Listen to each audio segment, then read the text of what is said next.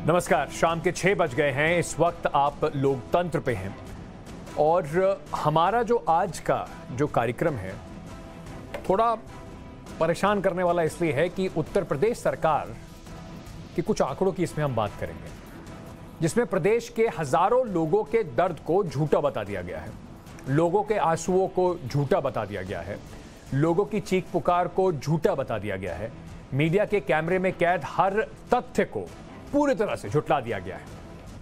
यहां तक कि भारतीय जनता पार्टी के अपने खुद के विधायक और सांसदों की गुहार को भी झूठा बता दिया गया है। उत्तर प्रदेश सरकार ने दावा किया है कि उत्तर प्रदेश में ऑक्सीजन की कमी से एक भी शख्स की मौत नहीं हुई। यकीन नहीं हो रहा? आप दोबारा सुनिए।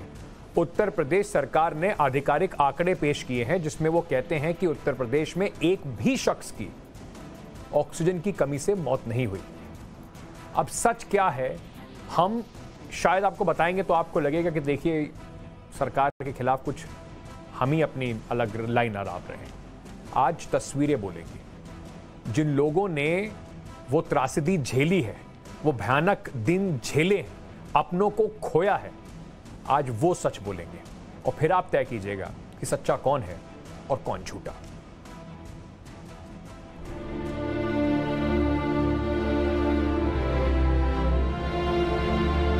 ऑक्सीजन दूसरी क्लास में पढ़ाया जाता है, ऑक्सीजन क्या चीज होती है?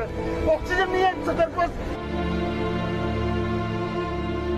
कैमरे के सामने बिलखते लखनऊ के इस लड़के का दर्द यूपी सरकार की कागजी सच को आईना दिखा रही है। नहीं, पक्का है, ऑक्सीजन की वजह से मेरे हस्बैंड की डेथ हुई है। आगरा की लक्ष्मी देवी का गम यूपी सरकार के आंकड़े का सच बता रही है। पिता मेडिकल हॉस्पिटल में एडमिट है और वहाँ ऑक्सीजन की बहुत ज़्यादा ज़रूरत है और वहाँ से मुझे लिख के मिला है कि आप जाके कहीं से भी प्रोवाइड करा के हमको दीजिए, और ये हमको अंदर जाने नहीं दिया जा रहा सर। और वहाँ उनकी एकदम समझ लीजिए बहुत बेकार कंडीशन पे पापा हमारे। ये बेहिसाब गम बता रहा है कि ऑक्सीजन की कमी से होने वाली मौत के आंकड़े को लेकर यूपी सरकार झूठ बोल रही है। मेरे पति की मौत ऑक्सीजन की कमी के कारण हुई थी, सौसैया हॉस्पिटल में हुई थी। क्या किसी का भी कलेजा चीर देने वाली ये चित्कार झूठी है? ये सवाल इसलिए क्योंकि यूपी सरकार कह रही है कि ऑक्सीजन की कमी से यूपी में किसी की मौत ही नहीं हुई। वहाँ से मैं ऑक्सीजन के सिलेंडर लाके मैंने हॉस्पिटल में दिए, लेकिन उससे पूर्व में ही मेरे पिताजी की मृत्यु हो चुकी है। डॉक्टर का लिखा हुआ भी मेरे पास है। ये आगरा की जिस तस्वीर पर पूरा हिंदुस्तान रोया था, उस दर्द को यूपी सरकार ने झूठा बता दिया है। हो सकता है उत्तर प्रदेश के सरकारी बाबू ये तस्वीर भूल गए हों, लेकिन हिंदुस्तान आज भी इन तस्वीरों पर रोता है।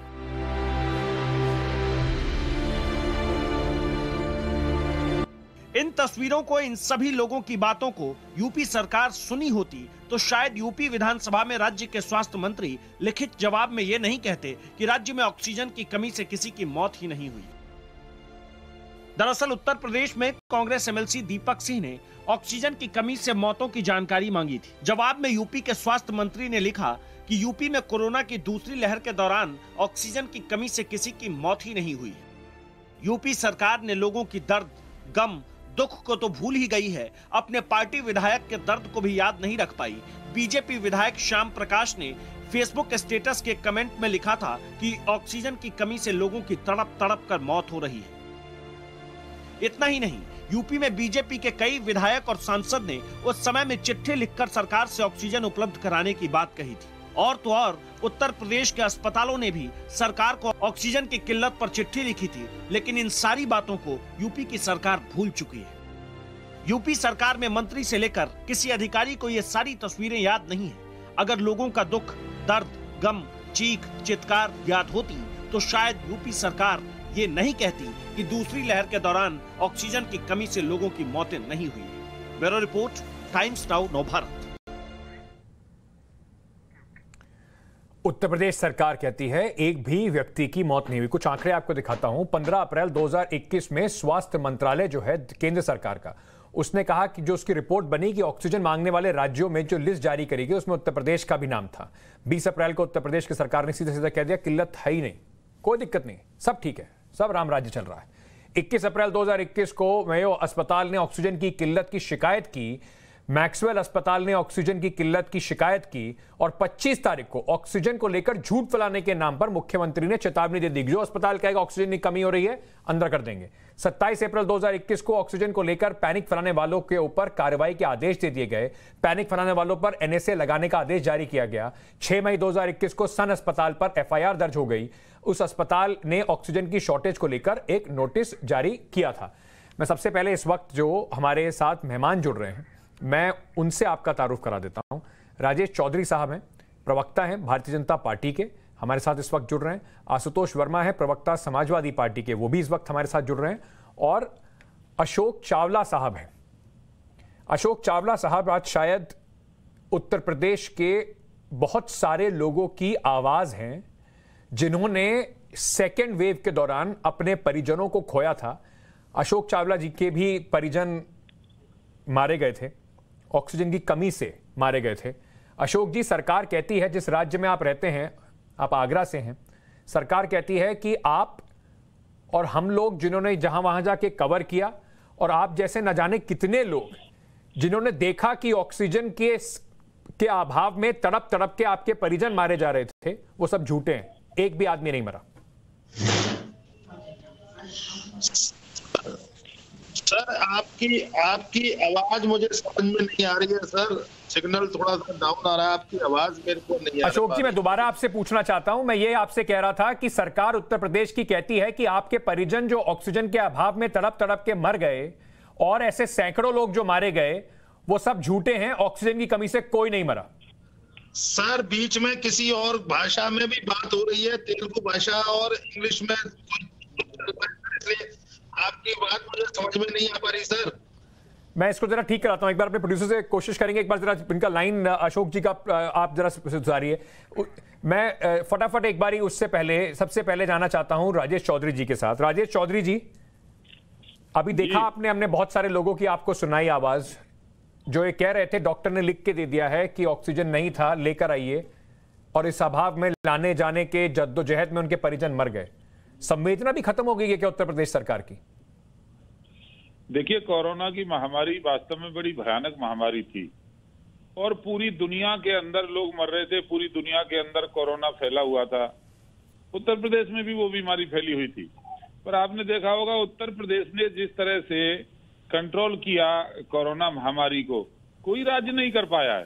सर मत दीजिए ज्ञान मुझे, कर पाया है, मत दीजिए सर ये ज्ञान की आज कितना अच्छा कंट्रोल किया था। मैं आपसे सीधा सवाल पूछ रहा हूं, उत्तर प्रदेश में जितने लोग कह रहे हैं कि ऑक्सीजन के अभाव से उनके परिजन मारे गए, वो सब झूठे हैं। उत्तर प्रदेश के मॉडल को पूरे देश ने अपनाया, पूरे देश आज भी वाहवाही कर रहा है योगी आदित्यनाथ जी की, जिस तरह से उत्तर प्रदेश को कोरोना से बाहर निकाल के ले गए, वो सराहनीय है। अपने चश्मे से सरकार का बयान उतार के अपने आसपास की बात कीजिए सर। आप भी के पास भी लोगों के फोन आते होंगे उस वक्त आपके पास भी फोन आते होंगे ये कहने के लिए कि ऑक्सीजन की किल्लत है, मदद कर दीजिए।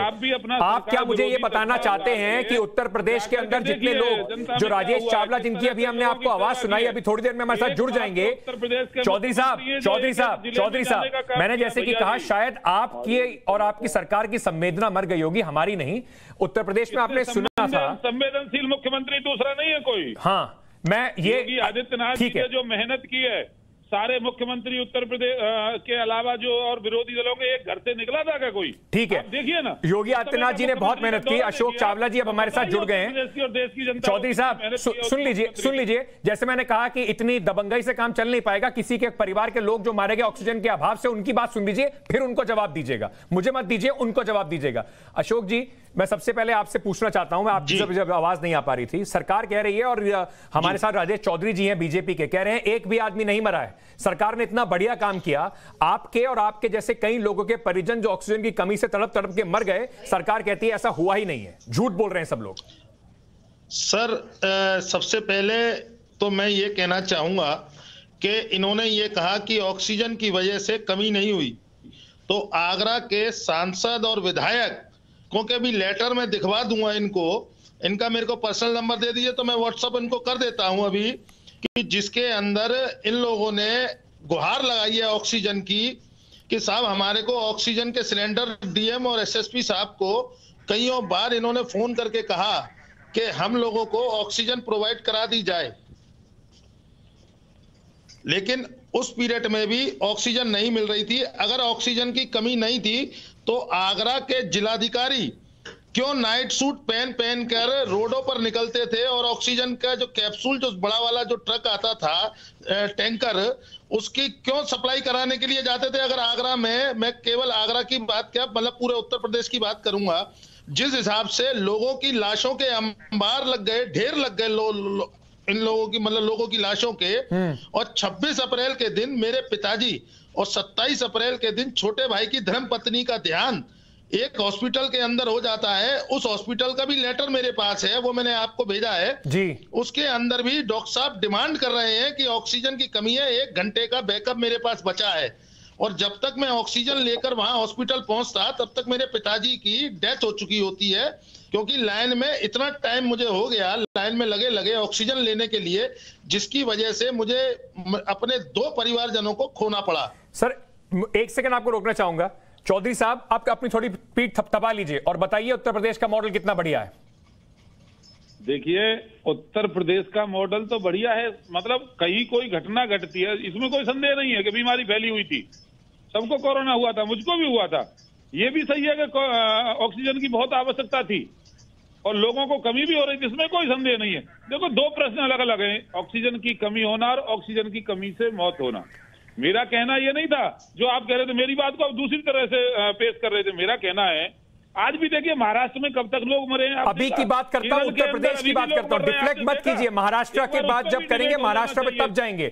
आपके सामने आदित्यनाथ जी, महाराष्ट्र। चौधरी साहब, आप आगरा से हैं ना? मेरी बात पूरी। चौधरी साहब, आप आगरा से हैं? मैं आगरा से नहीं हूँ। आप कहां से हैं? मैं मथुरा से हूँ। कितना दूर है वहां से आगरा? नहीं, दूर, नजदीक, बहुत दूर नहीं है, ज्यादा दूर नहीं है ना? तो ये चावला सिंह की बात सुन लीजिए। इन्होंने अपने पिताजी को खोया, इन्होंने अपने परिवार के एक और व्यक्ति को खोया, ऑक्सीजन की कमी से खोया, और आप कह रहे हैं कि हमारे इंतजाम चाक चौबंद थे। आपके 6 MLA चिट्ठी लिख के मुख्यमंत्री जी को कह रहे हैं कि ऑक्सीजन नहीं है, आप कह रहे हैं ऑक्सीजन से किसी की मौत ही नहीं हुई। किसी ने नहीं कहा कि ऑक्सीजन नहीं है, सबने कहा कि ऑक्सीजन की कमी है। दोनों शब्दों का अंतर समझिए। मुझे एक पत्र दिखाइए आप जिसमें यह कहा हो कि ऑक्सीजन समाप्त हो गई है। ये हरदोई से श्याम प्रकाश आपके मेंबर ऑफ पार्लियामेंट हैं। मैंने अभी ये दोनों देख लीजिए, विधायक साहब हैं श्याम प्रकाश जी आपके। मैं चाहो तो मैं आपको दिखा सकता हूं। श्याम प्रकाश जी आपके विधायक हैं भारतीय जनता पार्टी के, कह रहे हैं तड़प तड़प के लोग ऑक्सीजन की कमी से मर रहे हैं, और आप कह रहे हैं कि ऑक्सीजन कोई कमी नहीं थी। ये ब्रजेश पाठक जी का आपकी वेबसाइट पे पत्र है, आप उसको लेकर आपने न्यूज डाला हुआ, देखिए ना, उसमें कहीं लिखा है कि ऑक्सीजन की कमी से मर रहे हैं। हाँ, ऑक्सीजन की कमी थी। अच्छा, सरकार ने समय रहते हुए इंतजाम किया है। ठीक है, जगह जगह कोविड के जो बहुत बढ़िया इंतजाम किया है। चावला जी को बताइए कितना अच्छा इंतजाम किया है, उनके 2 परिजन इसमें चले गए। उसको कंट्रोल करने का काम उत्तर प्रदेश की सरकार बिल्कुल सही है, और बहुत बढ़िया इंतजाम किया होगा कि चावला जी के 2 परिजन इसमें चले गए। मैं चावला जी के पास एक बार दोबारा जाऊंगा, पर उससे पहले मैं आशुतोष जी के पास जाना चाहता हूं। कोई दिक्कत नहीं थी, सब बिल्कुल बढ़िया इंतजाम था। कमी थी, हमने उसको पूरा कर लिया। जिन अस्पतालों ने आवाज उठाई उत्तर प्रदेश में, उनके ऊपर हमने लगा दिया, उनके ऊपर उन्हें धमकी दे दी गई कि आप अगर आवाज उठाएंगे तो आपके ऊपर कानूनी कार्रवाई हो जाएगी। मैं जो कह रहा हूं, विपक्ष जो कह रहा है, हमारी बात छोड़ दीजिए। जिन्होंने अपने घर वालों को खो दिया है, उनकी बात भी मानने को तैयार नहीं है बीजेपी के स्पोक्स पर्सन। देखिए, ऐसा है कि यहाँ पे राजनीति करने की बात ये नहीं है। बात ये है कि कम से कम अगर आप नहीं मदद कर पाए, कम से कम इस तरीके से मजाक तो मत उड़ाइए किसी मौत का। आप क्या कहना चाह रहे हैं? संतोष गंगवार जी 7 बार के MP हैं भारतीय जनता पार्टी के, उनकी चिट्ठी दिखा दीजिए। कौशल किशोर जी लखनऊ के मोहनलालगंज से 2 बार के MP हैं, उनकी चिट्ठी दिखा दीजिए। राजेंद्र अग्रवाल जी आज चेयर पे बैठे हुए थे, मैं देख रहा था लोकसभा पे, उनकी चिट्ठी दिखा दीजिए। कौशल किशोर के क्या कहते हैं, ब्रजेश पाठक की दिखा दीजिए, सुनील भराला की दिखा दीजिए। मतलब आप कम से कम इस बात में तो मत बोलिए। और देखिए, इसमें एक बहुत साइंटिफिक चीज भी है, क्योंकि मैं एक चिकित्सक हूं, इस बारे में जानता हूं। किसी भी, उन्होंने बोला भी है विधानसभा में कि किसी भी डेथ सर्टिफिकेट पे ऑक्सीजन की कमी की वजह से मौत नहीं हुई है। तो माननीय मंत्री जी, आप चिकित्सा मंत्री हैं, आप इस तरह की बातें बोलेंगे? किसी भी डेथ का कॉज लैक ऑफ ऑक्सीजन नहीं लिखा जाता है, उसकी बॉडी में लास्ट इवेंट लिखे जाते हैं। तो आंकड़ों से बाजीगरी करके आप इन मौतों के ऊपर कम से कम अपनी कुछ नहीं तो श्रद्धांजलि अर्पित कर दीजिए। आपने तो खुलेआम मजाक बना दिया है। यही सब बात है। इन सब नीतियों से हमारा विरोध है। हमारी कोई पर्सनली आपकी जमीन जायदाद की लड़ाई नहीं है। हाँ, क्योंकि आप लोग गलत को भी गलत नहीं मानने को तैयार हो रहे हैं। अशोक चावला जी, क्योंकि ना जब हम बात उठाते हैं तो इनको लगता है हम भी राजनीति, विपक्ष भी राजनीति। आप मान लेंगे उत्तर प्रदेश सरकार की ये बात कि पूरे उत्तर प्रदेश में एक भी व्यक्ति नहीं मारा गया ऑक्सीजन से? उनके यहां पर जो स्पोक्स पर्सन हैं, जो यहां पे उनके बैठे हुए हैं नुमाइंदे, वो कह रहे हैं कमी तो थी पर मरा कोई नहीं है।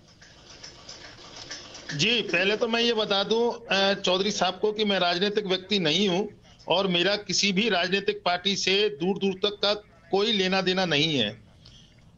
ऑक्सीजन की कमी की वजह से अगर ये कह रहे हैं कि ऑक्सीजन की कमी थी लेकिन उस कमी से लोग नहीं मरे, तो आगरा के अंदर इनके 9 विधायक और 3 सांसद हैं, 2 लोकसभा के और 1 राज्यसभा के। उन लोगों को कितनी परेशानियां हुई थी उस पीरियड में कि कई लोगों के इनके पास लगातार फोन जा रहे थे कि हमें ऑक्सीजन का सिलेंडर दिलवा दीजिए, ऑक्सीजन का सिलेंडर दिलवा दीजिए। जब तक वो कोई व्यवस्था करा पाते उससे पहले वो मरीज जो है भगवान को प्यारा हो जा रहा था। ये चीज ये माननीय विधायक जी, जो 9 विधायक हैं, 9 के 9 विधायक परेशान रहे थे उसमें जी कि कैसे भी करके आगरा के लोगों को ऑक्सीजन प्रोवाइड कराई जाए। और विधायक और सांसद कई लोग इसके अंदर लगे हुए थे कि कैसे भी करके लोगों आपकी जो आप बीती है ना, थोड़ी सी और लोगों को सुनाना चाहता हूं, पर उससे पहले मुझे बस थोड़ा सा समय दे दीजिए। आप तीनों से मेरी गुजारिश है, हमारे साथ बने रहिए। अमित शाह साहब बोल रहे हैं, उत्तर प्रदेश के दौरे पर हैं, थोड़ा सा जरा उनका सुन लेते हैं वो क्या कह रहे हैं और उसके बाद फिर वापस आते हैं। योगदान करने वाले ढेर सारे लोगों को जानता भी हूं, तो उसी उपलक्ष्य में आज सहकार भारती के राष्ट्रीय अधिवेशन में उपस्थित होकर बहुत आनंद हो रहा है। और दूसरा, मैं गुजरात से हूं। मैं स्वयंसेवक बना तब से वकील साहब को देखा है, सुना है। बड़े सम्मान के साथ वकील साहब की बातों को ग्रहण कर अपने जीवन को एक निश्चित रास्ते पर ले जाने का प्रयास भी किया है। और आज जब सहकार भारती के मंच पर हूं तो मेरे लिए ये भी बड़ा भावुक क्षण है कि लक्ष्मण राव जी का सहकार भारती की स्थापना से लेकर उनका देह नहीं रहा तब तक सहकार भारती के कार्यक्रम में अमित शाह देश के गृह मंत्री बोल रहे थे। अशोक चावला जी, सीधे मैं चाहता हूं कि एक बार आप जरा जो हमारे बीजेपी के गेस्ट हैं राजेश चौधरी जी, उनसे थोड़ी सी आप बात कर लीजिए, उनको बता दीजिए कि आपका कैसा संघर्ष रहा, आप जैसे लोगों का क्या संघर्ष रहा और क्या बीती आप पे जब आप ऑक्सीजन का इंतजाम नहीं कर पाए और आपके परिवार वाले चले गए। जी, मैं चौधरी साहब जी को बताना चाहूंगा कि मैं खुद कोरोना में था और उसके बाद उसी हॉस्पिटल में एडमिट था जिसमें मेरे पिताजी और छोटे की घरवाली भी एडमिट थी। लेकिन मेरी इम्यूनिटी पावर जो है थोड़ी सी ठीक होगी तो मैं समय से घर आ गया। और 26 अप्रैल के दिन डॉक्टर साहब को मैं फोन लगा के पूछता हूं कि डॉक्टर साहब पिताजी की तबीयत कैसी है, तो डॉक्टर साहब का जवाब आता है कि अशोक भाई आप जो है मेरे को कैसे भी करके ऑक्सीजन प्रोवाइड करा दीजिए। 1 घंटे का बैकअप मेरे हॉस्पिटल में रह गया है, कैसे भी करके आप जो है मुझे ऑक्सीजन करा दीजिए और मैं आपके पिताजी को बचा दूंगा।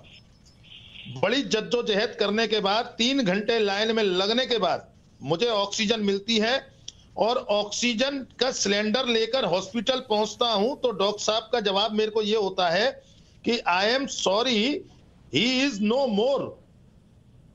तो वो सिलेंडर वहां पर खड़े हुए कई लोगों ने, ऐसा अफरा तफरी का माहौल था कि जैसे लाशों की ढेर के ढेर निकाले जा रहे हैं। चौधरी जी, ऑक्सीजन की कमी से नहीं मारे गए इनके पिताजी?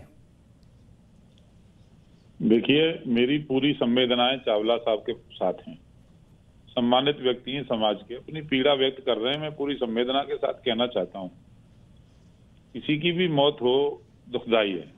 मैंने भी कोरोना को झेला है, मेरे भी परिवार में लोगों के हुआ। मेरे यहाँ तो 3 साल की 4 साल की बच्ची को हो गया था, पर संयोग समझिए कि हम सब ठीक हो गए। अब वो 2 बातें हैं ना सर, आप चावला साहब की समस्या हो सकती है, कमी तो थी, सिस्टम तो इतना बड़ा था नहीं तो कमी से ही मारे गए ना ऑक्सीजन की। वो मैं पहले स्वीकार कर रहा हूं आपसे कि ऑक्सीजन की कमी थी, पर इतनी भी कमी नहीं थी कि लाशों के ढेर लग गए हों। ऑक्सीजन की कमी से लगातार लोग मरे। और दूसरी बात मैं कहूंगा, चावला साहब ही कह रहे हैं कि 9 MLA लगातार सक्रिय थे, डीएम ट्रैक सूट पहन करके रोड पर घूम रहे थे। ये संवेदनशीलता भी तो देखिए ना। बिल्कुल, और इसी संवेदनशीलता की उम्मीद थी मुझे कि उत्तर प्रदेश की सरकार आके कहेगी जी हां, हम नहीं कर सके, कुछ लोग मारे गए, उनसे हम माफी मांगना चाहते हैं। सीना ठोककर ये नहीं कहेंगे चावला जी जैसे लोगों को जिन्होंने अपने परिजनों को ऑक्सीजन की कमी से खो दिया कि कोई मारा नहीं गया ऑक्सीजन की कमी से। आशुतोष जी क्या दिखा रहे हैं आप हमें अपनी स्क्रीन पर, ये तो बता दीजिए। तो वो संवेदनहीन नहीं हुए, वो संवेदनशीलता उनकी दिखती है। सही बात है, सही बात है, वो संवेदना चावला जी को समझ आ रही होगी। आशुतोष जी क्या दिखा रहे हैं आप हमें? कि कम से कम आज की बातों को करके आप एक राजनीति करने की कोशिश मत कीजिए। ये मेरी ही तस्वीर है, यहाँ के लोकल अखबारों में छपी थी। हम लोग रात में 2-2 बजे 2:30 बजे ऑक्सीजन का सिलेंडर लेके दौड़ रहे थे। राशन बांट रहा होगा, कहीं ऑक्सीजन की व्यवस्था कर रहा चौधरी साहब 1 मिनट, आपने बोल लिया सर, उनकी जरा सुन लें आशुतोष जी की। ये नहीं है आशुतोष जी कहीं नजर नहीं आए होंगे, इनकी पार्टी कहीं नजर नहीं आई होगी। वो आशुतोष जी वही दिखा रहे हैं कि वो उनकी खबर छपी थी कि वो 2-2 बजे तक लोगों की मदद कर रहे थे। आशुतोष जी मेरे पास समय बिल्कुल खत्म हो गया, अंत में बस आपसे मैं इतना पूछना चाहता हूं। मुझे लगता है कि संवेदनशीलता की हद रखनी चाहिए। किसी की भी मौत हो, यहाँ पे राजनीति करने की जरूरत नहीं हो। और यही आपका जो अहंकार है, यही अहंकार, उसके खिलाफ पूरा उत्तर प्रदेश इस समय आपके खड़ा हुआ है। एक बार अगर आप उससे श्रद्धांजलि ले लेते, एक बार माफी मांग लेते, तो आप छोटे नहीं हो जाते। बिल्कुल सही बात। मुझे लगता है कि आपको समझना चाहिए कि इस उत्तर प्रदेश के लिए आपकी जवाबदेही है। बिल्कुल सही बात है। मैं क्योंकि मेरे पास समय बिल्कुल खत्म हो गया है, चावला जी 10 सेकंड बस मैं आपको दे सकता हूं। आपको लगता है सरकार अगर इतनी आके, मुख्यमंत्री जी इतना आके कह देते कि जिन लोगों की ऑक्सीजन कमी से मौत हुई उसके लिए मुझे बड़ा दुख है, मैं माफी मांगता हूं, उसके लिए कोशिश करेंगे अगली बार ऐसा ना हो, तो शायद थोड़ा आपके जख्मों पर मरहम लगता। जी बिल्कुल, अगर मुख्यमंत्री जी या प्रधानमंत्री जी या आपके मुख्यमंत्री जी को छोड़िए, अगर ये स्वास्थ्य मंत्री ही आके अगर विधान परिषद में ये कह देते कि ऑक्सीजन की कमी थी जिसकी वजह से लोगों की मौत हुई, उसके लिए हम लोग पूरे प्रदेश के लोग जनता से माफी मांगते हैं, तो उससे कहीं ना कहीं हम लोगों के दिलों पे जो चोट लगी है, जो हमने परिवार के लोगों को खोया, उनकी कमी तो ये सरकार क्या, कोई भी सरकार पूरी नहीं कर सकती। बिल्कुल सही बात, चाहे वो किसी भी पार्टी की सरकार हो, लेकिन कम से कम मरहम जरूर लग जाता। इतना बड़ा दुख उन्होंने झेला, इतनी बड़ी वेदना उन्होंने झेली, और उसके ऊपर उनके जख्मों को फिर कुरेदा जा रहा है इस तरीके के आंकड़ों को सामने रख के। बहुत बहुत शुक्रिया आप तीनों का हमसे जुड़ने के लिए और अपनी बातों को रखने के लिए। छोटा सा ब्रेक ले रहा हूं, वापस आ रहा हूं, बहुत सारी खबरें भी लोकतंत्र पे और भी हैं। इस वक्त की बड़ी ब्रेकिंग न्यूज आ रही है। प्रियंका गांधी ने रमेश कुमार, जो कांग्रेस के कर्नाटक में सांसद हैं, उनके बयान की निंदा की है और कहा है कि मैं तहे दिल से इसकी निंदा करती हूं। प्रियंका गांधी ने यह भी कहा कि कोई कैसे इस तरह के शब्द बोल सकता है, रेप एक जघन्य अपराध है। प्रियंका गांधी ने कर्नाटक के कांग्रेस विधायक रमेश कुमार को ने जो रेप पर विवादित बयान दिया था, उस पर उनका ट्वीट द्वारा रिएक्शन आया है।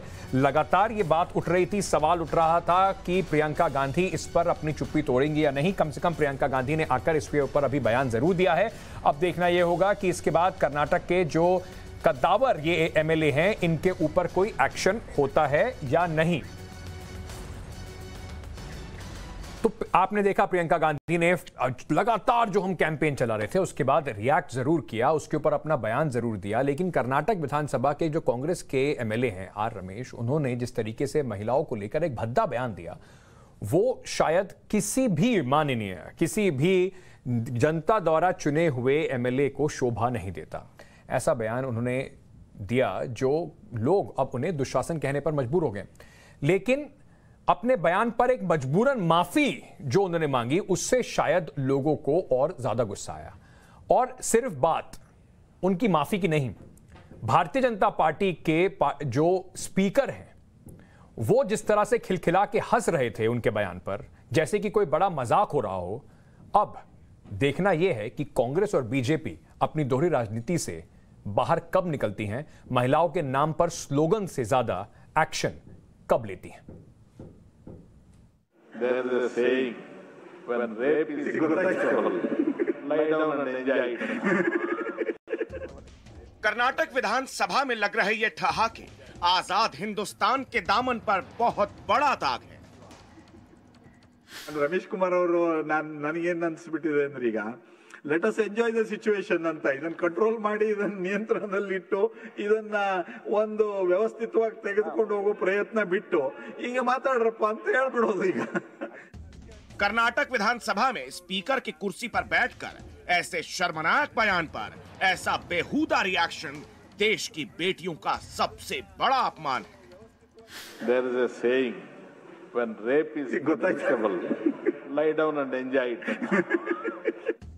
निर्भया की बरसी पर बलात्कार को लेकर ऐसा ओछा बयान देने वाले चाहे कितनी भी माफी मांग ले, वो माफी के काबिल ही नहीं।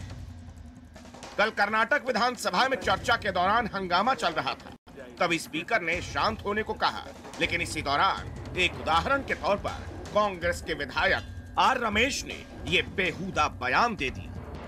ಅದಕ್ಕೆ ಅನಿಸಿದೆ ಈಗ ನಾನು ರಮೇಶ್ ಕುಮಾರ್ ಅವರು ನನಗೇನು ಅನಿಸ್ಬಿಟ್ಟಿದೆ ಅಂದ್ರೆ ಈಗ let us enjoy the situation ಅಂತ ಇದನ್ನ ಕಂಟ್ರೋಲ್ ಮಾಡಿ ಇದನ್ನ ನಿಯಂತ್ರಣದಲ್ಲಿಟ್ಟು ಇದನ್ನ ಒಂದು ವ್ಯವಸ್ಥಿತವಾಗಿ ತೆಗೆದುಕೊಂಡು ಹೋಗೋ ಪ್ರಯತ್ನ ಬಿಟ್ಟು ಈಗ ಮಾತಾಡ್ರಪ್ಪ ಅಂತ ಹೇಳ್ಬಿಡೋದು ಈಗ। ಈಗ ಆ ಸ್ಥಿತಿಗೆ ಬಂದು ಮುಟ್ಟಿದ್ರೆ ಉಳಿದ ಬಿಸ್ನೆಸ್ ಆಗ್ತಾ ಇಲ್ಲ ಅಂತ ಅನ್ನೋದಷ್ಟೇ ನಂದು। There is a saying, when rape is acceptable, lie down and enjoy it. That's exactly the position into which you are. KR. Ramesh के जुबान से निकले ये शब्द उनकी मानसिकता को झलकाते हैं। कांग्रेस विधायक की ओछी सोच पर कुछ सवाल है। क्या विधानसभा में ऐसे उदाहरण देना सही है? क्या ऐसे उदाहरण पर वहां मौजूद सदस्यों का हंसना सही है? उदाहरण के तौर पर भी ऐसी बातें कैसे कह सकते हैं विधायक? क्या विधानसभा में ऐसे बयानों से बचा नहीं जा सकता था? अपने इस बयान पर कांग्रेस विधायक ने आज माफी मांगी, लेकिन उनके शब्दों पर गौर कीजिए। माफी मांगने के उनके लहजे पर गौर कीजिए। ಅವರ ಭಾವನೆಗಳಿಗೆ ನೋವಾಗಿದ್ರೆ ನನಗೆ ಯಾವ ಪ್ರತಿಷ್ಠೆನೂ ಇಲ್ಲ, ಪ್ರಾಮಾಣಿಕವಾದ ಶುದ್ಧವಾದ ಹೃದಯಾಂತರದಿಂದ ನಾನು ವಿಷಾದವನ್ನು ವ್ಯಕ್ತಪಡಿಸುತ್ತೇನೆ। सुना आपने, के.आर. रमेश कह रहे हैं कि अगर किसी को बुरा लगा हो तो तहे दिल से माफी मांगता। श्रीमान विधायक महोदय, अपने पास रखिए ऐसी माफी, अपने पास रखिए ऐसी दिल से मांगी हुई माफी, क्योंकि अगर आपके पास दिलो दिमाग होता तो आपकी जुबान पर ऐसा बेहुदा बयान आता ही नहीं। कांग्रेस विधायक के.आर. रमेश के साथ साथ सवाल तो उन गणमान्य लोगों की सोच पर भी उठता है जो ऐसे बयान के बाद ठहाके लगाकर हंस रहे थे। स्पीकर महोदय तो अपनी हंसी रोक तक नहीं पाए। शर्म आनी चाहिए ऐसे विधायक को, ऐसे विधायक के बेहुदे बयान पर हंसने वालों को, और उन स्पीकर महोदय को भी जिनके सामने ऐसी बातें कह दी गई और वो हंसते ही रह गए। अब ये भी बताते चले कि जिस विधायक ने बयान दिया है वो कांग्रेस पार्टी से आते हैं, वही कांग्रेस पार्टी जो लड़की हूं लड़ सकती हूं का नारा देती फिर रही है। प्रियंका गांधी और सोनिया गांधी हाथ में लड़की हूं लड़ सकती हूं का बैंड पहनकर घूम रही हैं। कांग्रेस पार्टी से सवाल तो उठना लाजमी है, लेकिन पार्टी के सीनियर नेता ऐसा बेहुदा बयान देने वाले विधायक का बचाव करते दिख रहे हैं। ऐसी चीजें नहीं करना चाहिए, नहीं बोलना चाहिए, इसका खंडन करता हूं। खैर, उन्होंने भी माफी मांग ली है और आइंदा शायद इससे लेसन लेंगे, क्योंकि उनका लंबा पॉलिटिकल जीवन है। कांग्रेस पार्टी से कुछ बोला नहीं जा रहा और विरोधी सवाल पर सवाल दाग रहे हैं। ये ओछी सोच कांग्रेस पार्टी के एक नेता की इस प्रश्न को हम सबके सामने प्रस्तुत करती है कि कांग्रेस का वो नेतृत्व जो बार बार उत्तर प्रदेश में ये दुहाई देता है कि मैं लड़की हूँ, लड़ सकती हूँ, अगर इतनी हिम्मत है तो पहले इस नेता को अपनी पार्टी से निष्कासित करो। सवाल तो पूछना लाजमी है, और वो भी उस पार्टी से जिसका नारा ही है लड़की हूँ लड़ सकती हूँ। और सबसे बड़ा सवाल तो ये है कि इतने भद्दे बयान पर क्या सिर्फ माफी मांग लेना ही काफी है? ब्यूरो रिपोर्ट, टाइम्स नाउ, नव भारत। प्रियंका गांधी ने इसके ऊपर बयान दिया, अच्छी बात है। उम्मीद कर रहे हैं कि वो इस पे एक्शन भी लेंगी, वरना इस तरीके के बयान जो हैं वो आते रहेंगे। वहीं दूसरी तरफ भारतीय जनता पार्टी बेटी बचाओ वाले अपने बयान को याद कर ले और अपने जो एमएलए हैं वहां पर जो स्पीकर हैं उनके ऊपर वो कब एक्शन लेंगे, ये स्मृति ईरानी जी को भी बताना चाहिए। अब बात करते हैं उत्तर प्रदेश की, जहां पर लखनऊ में योगी आदित्यनाथ मुख्यमंत्री जो उत्तर प्रदेश के हैं, उन्होंने अखिलेश यादव पर पलटवार किया है और कहा है कि कोरोना काल में जब सब एकजुट होकर लोग पीएम का साथ दे रहे थे, उस दिन तय हो गया था कि कोरोना भारत का बाल भी बाका नहीं कर सकता। ऐसा योगी आदित्यनाथ जी का कहना है। पहले आपको सुनवाता हूं उन्होंने क्या कहा। दुनिया ताज्जुब है, 135 करोड़ की आबादी का भारत कोरोना के खिलाफ लड़ाई को कैसे मजबूती से लड़ा। जनता कर्फ्यू के दिन उत्तर हो, दक्षिण हो, पूरब हो, पश्चिम हो, पूरा भारत प्रधानमंत्री जी के साथ एक साल करतल ध्वनि के साथ जुड़ता हुआ दिखाई देता है। उसी दिन तय हो गया था कि कोरोना भारत का बाल बांका नहीं कर पाएगा। दुनिया की बड़ी बड़ी ताकतें कोरोना महामारी के सामने पस्त हुई, लेकिन भारत न केवल मजबूती से इस महामारी के खिलाफ लड़ा है, बल्कि कुछ नई दृष्टि दुनिया को देने में भी सफल हुआ है। आत्मनिर्भर भारत उसी परिकल्पना का एक साक्षात स्वरूप है और मुझे लगता है कि सहकार भारती और सहकारिता का यह आंदोलन इसमें बहुत बड़ी भूमिका का निर्वहन कर सकता है। वही मुख्यमंत्री हैं जिन्होंने अभी अपने राज्य में कहा कि ऑक्सीजन की कमी से किसी की मौत नहीं हुई। लोग दूसरी कहानी बता रहे हैं। लोगों के परिजन जिन्होंने खोए हैं वो अपना दर्द शायद सामने रख रहे हैं, पर मुख्यमंत्री जी को उन लोगों का बाल बाका होता नहीं दिखाई पड़ा। भारत के अंदर 4,77,000 लोग मारे गए। थोड़ी संवेदना जरूर रखिए मुख्यमंत्री जी।